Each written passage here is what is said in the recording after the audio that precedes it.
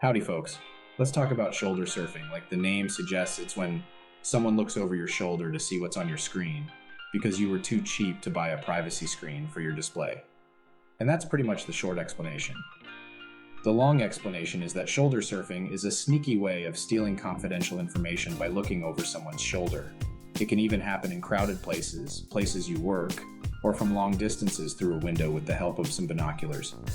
Hackers, scammers, and anyone else using social engineering attacks can steal personal data by watching someone fill out a form, enter a PIN at an ATM, or pay for something using a credit card.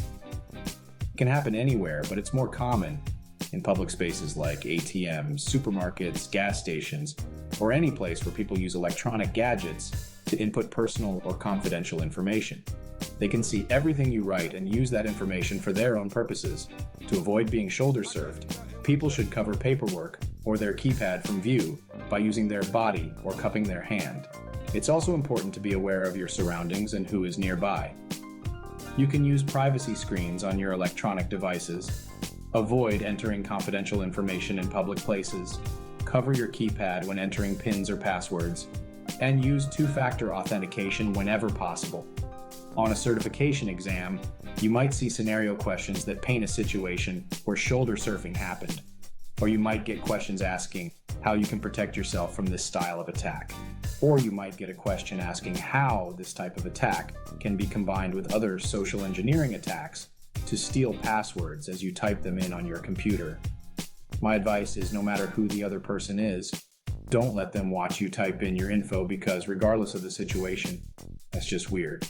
By following these tips, staying vigilant, and educating people, you can mitigate the risk of shoulder surfing and protect your personal information and the sensitive information of your organization. Thanks for listening, and if you liked what you heard, share it with a friend. My goal with Yavos.tech is to show others how they can reach their IT goals in a practical way. Yavos.tech.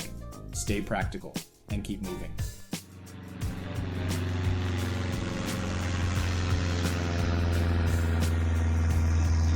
Thanks for watching this cartoon.